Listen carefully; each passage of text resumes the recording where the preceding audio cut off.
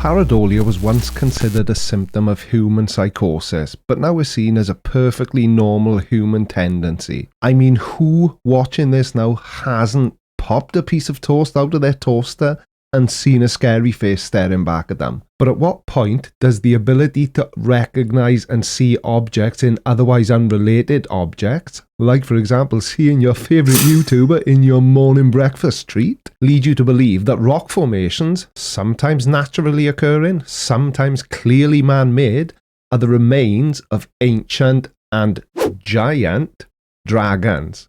Stick around and we'll find out. Go nuts on my nuts. Now listen, I'm not trying to be funny or anything, but I could end this video right now, because don't you think if dragons really existed, I would know? Welsh?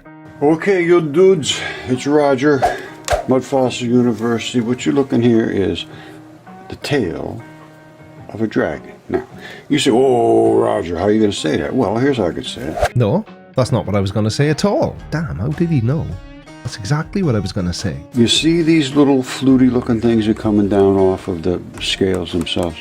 You mean those triangular kind of shaped rocks that look mysteriously uniform, possibly man-made? Those, I can see them perfectly. That is like the tendinous material. I will show it to you. And coming up to that would have been bones that had some form of a hinging sort of effect there that would, like a glue. I show a lot of times, I call it abrupt transition glue. And that's what it is. Between certain materials and then flesh and bone, you have what they call abrupt transitions. And I've shown them many, many times. Sorry, I know I look very confused, and I am. So, just to quickly go back over what Roger has said, this is the tail of a dragon, which is a mythical creature. Now, mythical means made up, essentially. And Roger seems to know an awful lot about the... I can't think of the word. But what I'm trying to get at is Roger is like a paleontologist is to dinosaurs of mythical creatures like dragons. Anatomy. And that would be right in here, and that has eroded away. And left, you see this? There's a hole. That's a hole right through there. Now, this guy thinks it's a wall. No, that's just silly. Why would anybody think that an object like this with a shape that kind of follows the shape of the land it's placed upon with a footpath on top of it is a wall? I mean, what sort of idiot is he? Not a wall. Of course it's not a wall. I just said exactly the same thing. These are different looking size scales, and they go going down smaller and smaller and smaller, up to bigger and bigger and bigger. Now, I'm no expert when it comes to the art of measuring things, because this is 12 inches, right? But those rocks look suspiciously similar in size to me. Now, I don't know where this is, but I am pretty damn sure that that is a dragon. Hang on a second, you don't know where it is, you're not really sure what it is, and yet you're completely sure it's the tail of an ancient giant dragon? I don't have enough information about this, but that's enough to tell me that this is almost certainly was a dragon. That is not from some form of wall.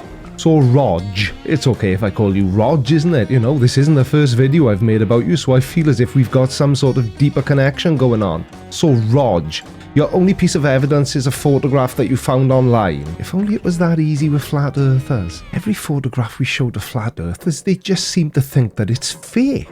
Now, something you have to understand, when you see water coming off the top of something like this, it just doesn't fall out of the sky. Well, no, I completely agree, Rog. It doesn't fall from the sky. It comes from the stream above. It's a waterfall. Now, I know a little bit about this. I studied geology for GCSE, and I got a U, which I believe stands for unbelievably good, because I actually got half out of 100.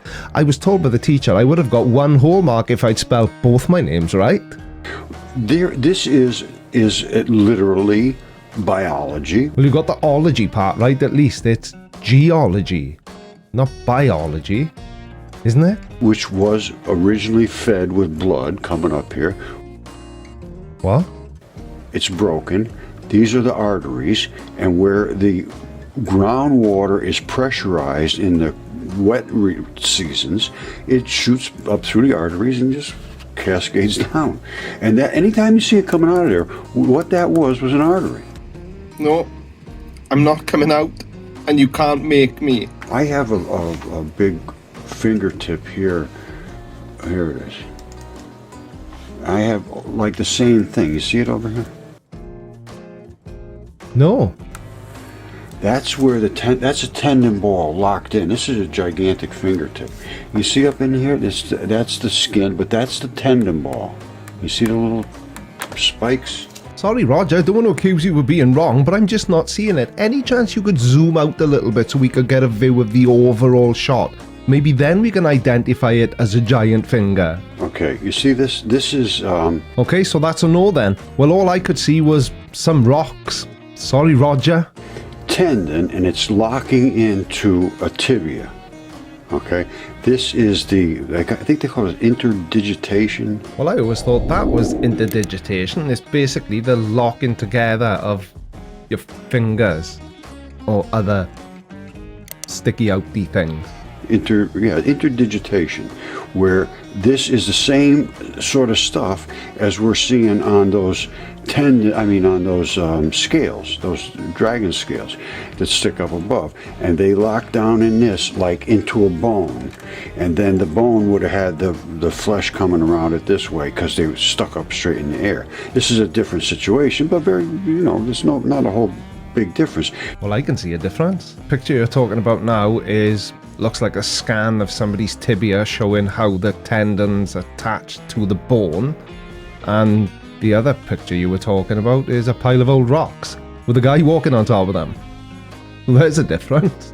Gives you an idea how small you are, doesn't it? Now, I promise you, hand on heart, I have not watched this far into this video, but I just know that he's going to claim that this is the fingertip of a giant and that's the fingerprint. That's what he's going to say.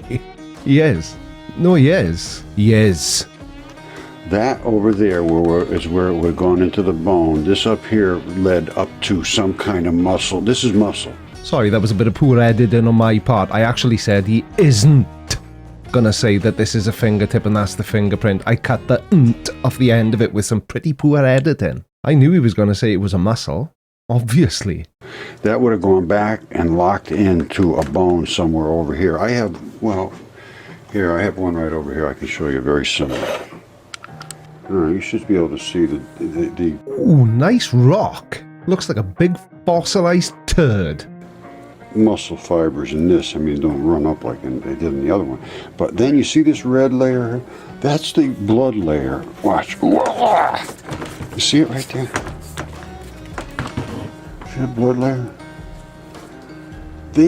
In certain places, they'll have a real thick, dense layer of blood, and then they have a bunch of tissue that obviously feeds off that blood, and this is all muscle, and then down below they have another layer of blood. That's that whole thick thing there. That thickness right there is blood. Yeah, blood. That's all blood, solid mat of blood. So they have muscle, blood, muscle, blood. Blood, muscle, blood. That's the way it works. Blood, muscle, blood.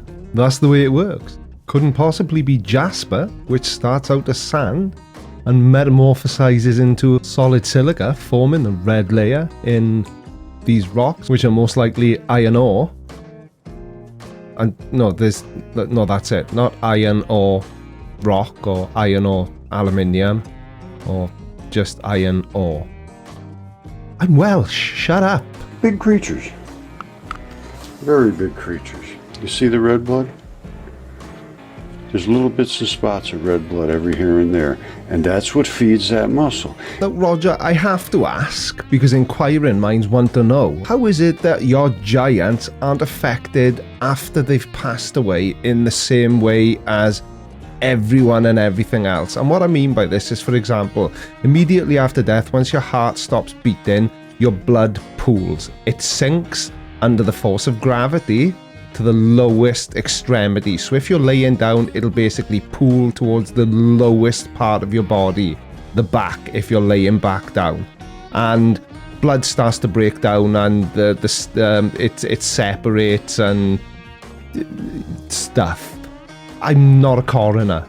I don't know about this stuff in great detail, but I do know the blood doesn't pool in layers for anyone. And anyway, how are you such an expert at this stuff? I had no idea that the study of ancient mythical creatures and what happens to them after death was an area of expertise for anybody. Or is it just you sound so knowledgeable because it's really easy to sound knowledgeable when you're just making shit up? Now listen, I don't want it to come across as if I have any ill will towards Roger or anyone else I make videos about. It's not that I hate these people, and Roger in particular, because he actually sounds like quite a nice guy. Slightly insane, but a nice guy nevertheless. But the only thing I would say is if Roger was on a life support machine in a room with only one plug and my phone needed to be charged, well, he might be in trouble. And on that rather grim note, if you would like to support the channel, all the ways in which you can do so are linked down in the video description. Thanks for watching everybody. Don't forget to give the video a like, hit the subscribe button and turn on bell notifications. I'm the Creaky Blinder and I will see you all on Sunday for Creaky Blinder Live. Take care everyone. Bye bye. Alright, watch this next. But before you do, make sure you subscribe. By order of the Creaky Blinder.